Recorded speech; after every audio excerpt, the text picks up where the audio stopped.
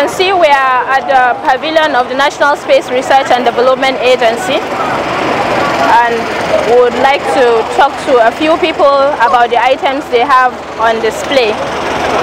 National Space Research and Development Agency is part of the Ministry of Science and Tech.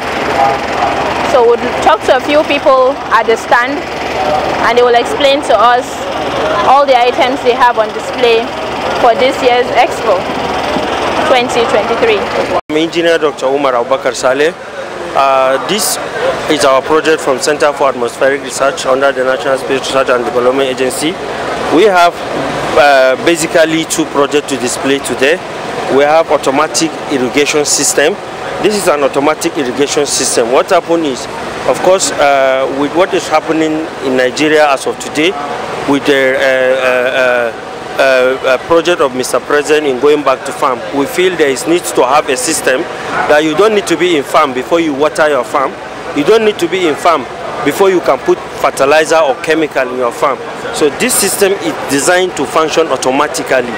Now, how it works is, operate the system. This is the system we have. This is just like our reservoir that it can serve as our borehole. Then this is a tank upstairs. Now, this is a pipe that waters the farm. It is being powered basically 100% on solar in order to reduce the greenhouse gases. The water is coming from the reservoir. That's from the borehole. Let's use the word borehole, from the source.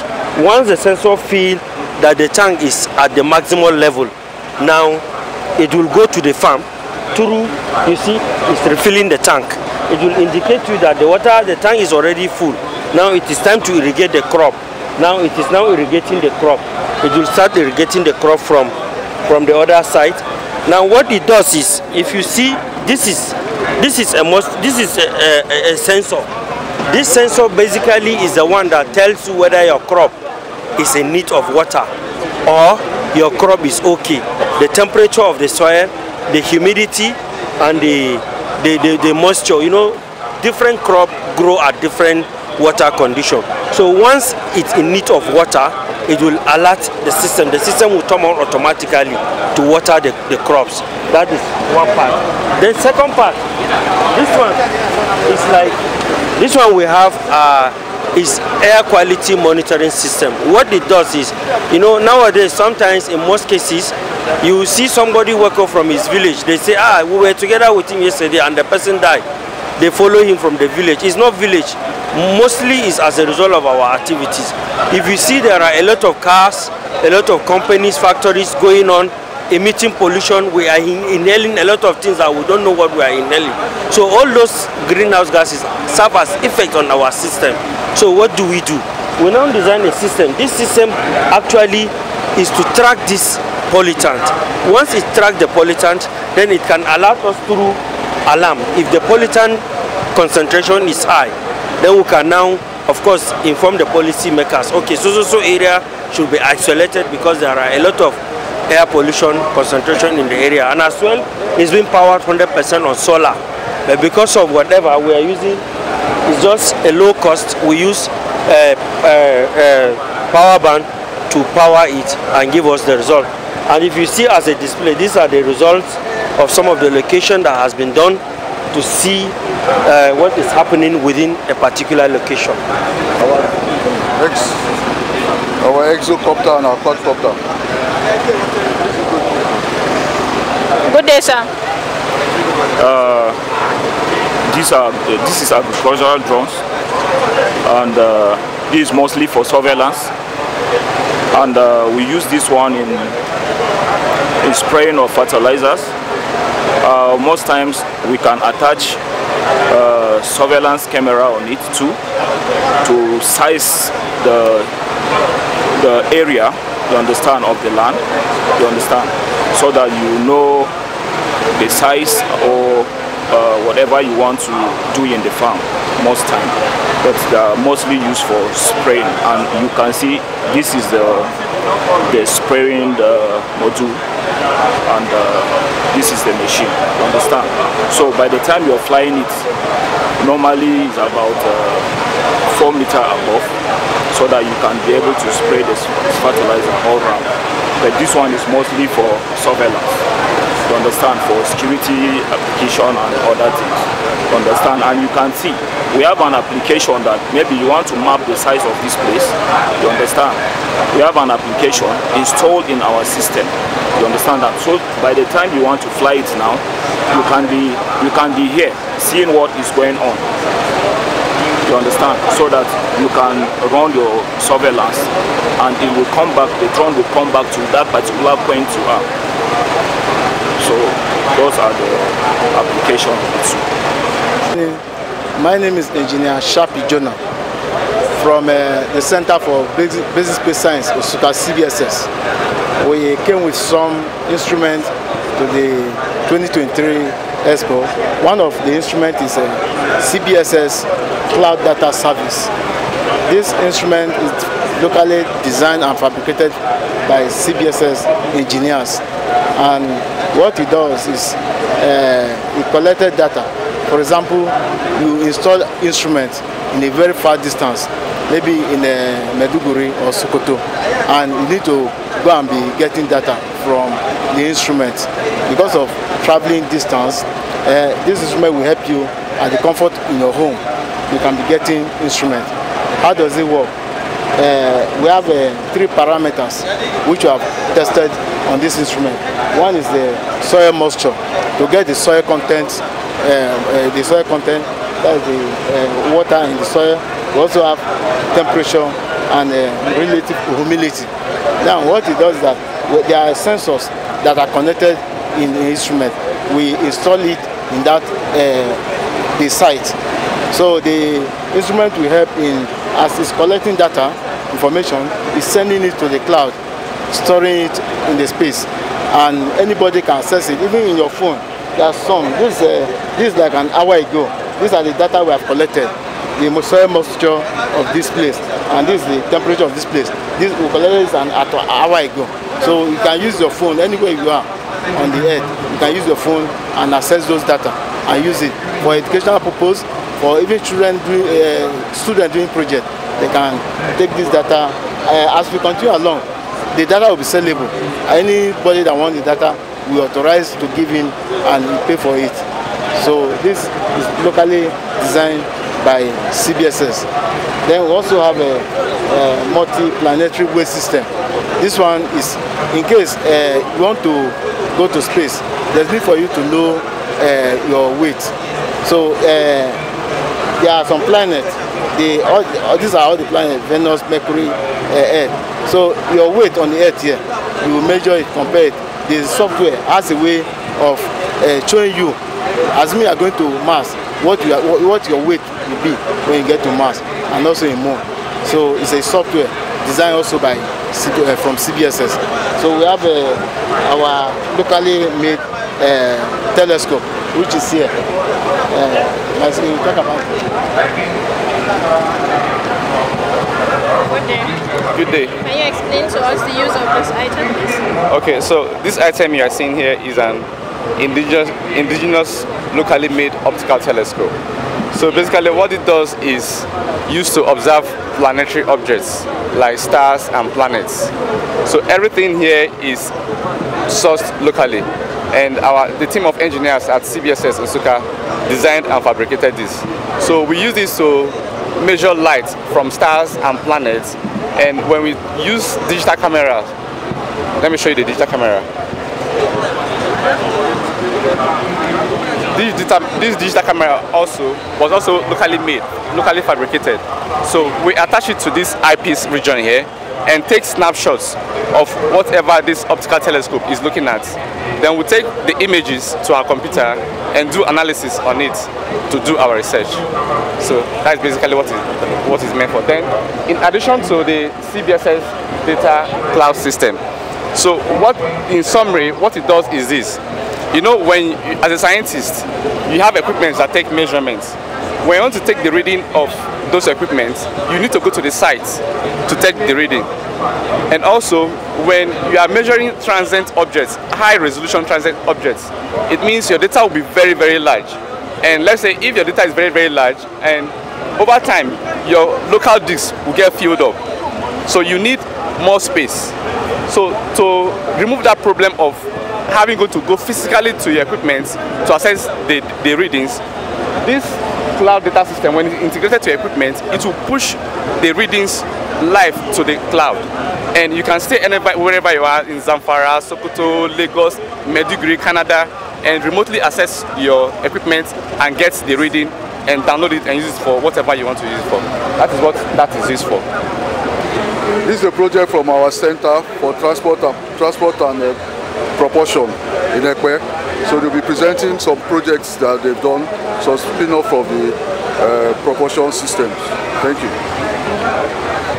Good afternoon. Yeah, I am Dr. Badigo Adeni Omoni, Center for Space Transport and Propulsion, Ekwe. As we all know, that the major mandate of National Space Research and Development Agency is to build the indigenous capacity in the area of aerospace technology. Now, here we are showcasing the tremendous effort of NASRDA engineer in the area of aerospace propulsion. The engine that we have here is called liquid rocket engine. We identified the interest in liquid rocket engine because of the advantage of the engine over other means of propulsion system. It has higher specific impulse. You have high exit velocity, and at the same time it's very easy to control. You can throttle, you can stop and restart your engine during the flight. Now, the sensitivity there makes nations that have the technology to be withholding it. No nation is ready to release the technology. Definitely, it is important for us to build the indigenous know-how, and that is the effort that we are showcasing in this place. Now, let me start with the evolution of the engines. Because of that sensitivity and the complexity and the danger that is involved, we have to scale down to 300 Newton. Let's understand the technology first, acquire the technology. This engine that you have here is designed for 300 Newton with conical shaped nozzle. Now, let me start with from there, we are improving the engine to an engine designed for 10 kilonewton with a bell-shaped nozzle. Let me just discuss the process generally. Now, as you can see from there, the fuel will come from the pipe that is up there. It will go through the injector. The injector was designed in such a way that it will create an atomization process so that there will be rapid mixing before the combustion. Those are the characteristics that increases the efficiency of the engine over other sorts of propulsion system like solid propellant system. Now, after that, we introduced a copper. We made the combustion chamber with copper because copper has high conductivity property.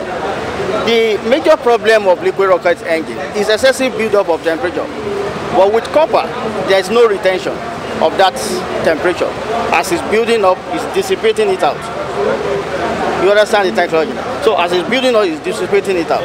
Now, the other design for controlling that excessive temperature is the cooling system. You could see this pipe, the one we have here.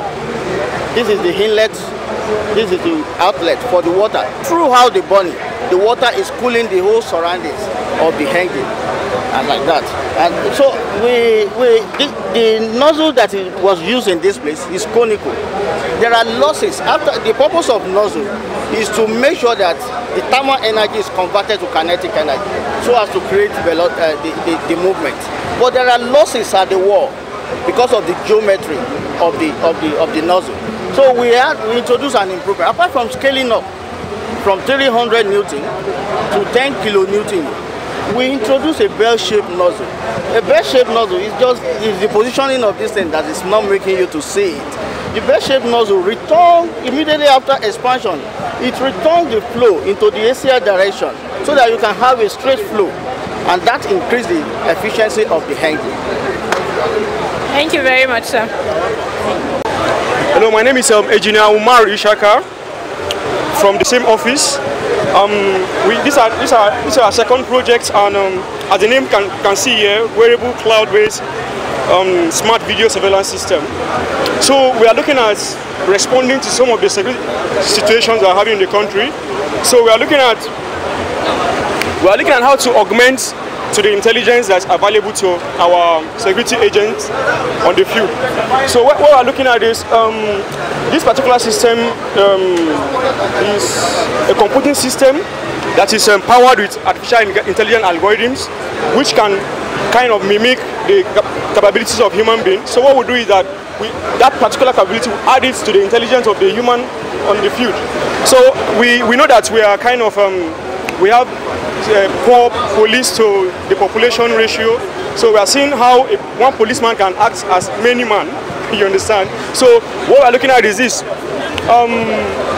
There's a camera here, and it's able to take pictures and videos of area of interest. So what it does is this. Normally we are faced with issue of escapees, maybe of prisoners or of any wanted criminals. So what we do is that we profile them, their identities on the database, we put it on our computer system here. So we know that one man cannot be able to identify all the suspects. Even if he's been touched, so he may not remember all of them. So what we do is that this system adds to his own intelligence. So what it does is that it randomly scans places around, normally places of interest.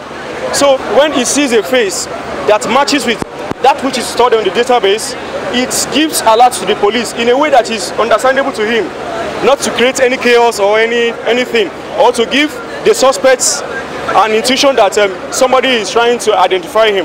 So what he does is that when you're able to identify this person, it alert this person, and again, the system is self-monitoring, and at the same time, the signal that is being real-time taken from the area of interest can be remotely transferred to a ground station, maybe IG headquarters or anywhere. They can actually also see what's happening. So that's what this is being for. And by requirements, depending on who is coming for this service, we can actually give you what you want. Maybe you don't want a mobile one, you want a stationary CCTV camera placed at strategic points. These can actually take feed, and at the remote station, we process the video with our powerful artificial intelligence algorithms, and we can make information that is valuable available to our security agents on the field. That is the basic performance of this. I'm Engineer Ahmad Adekune.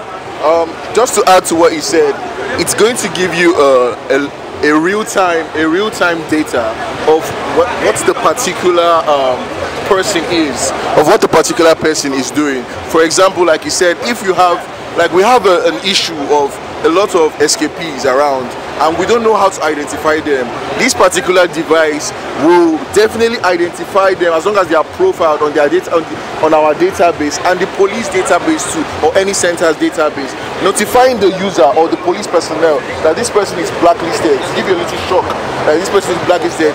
Then the necessary actions will definitely be taken by that particular personnel. Thank you very much. Thank you very much. Just when you were coming, this one is we are using the low power modem. That is why it's not very kind of seamless like that. But in real deployment, we are talking about powerful camera and powerful system. But this is a proof of concept, and we are not ready to spend so much money just to prove a simple concept. When we have the phone, it will be as though as the one you see in the US military and everywhere you can. In order to add to that, just as your picture is picked, look at that analogy on that figure 1. Once it is picked, it sends to appropriate security agents ahead of your coming for a quick response. Thank you very much. This looks like a very interesting one, and it is definitely something that the Nigerian security agencies should actually look into. Nigeria is going international. Thank you.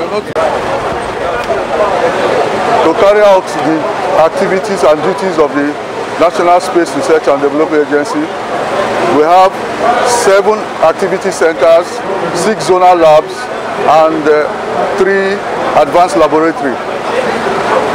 Moving forward, we have the Center for Basic Space Science. It's located in Nsukka. We have the National Center for Remote Sensing, JOS. We have the Center for Space Science, Technology and Education. The Center for Space Transport and Propulsion in Ekpe. The Center for Satellite Technology Development here in Abuja. The Center for Geodesy and Geodynamics. And the Center for Atmospheric Research. To further carry out the project, we have 6 zonal advanced labs.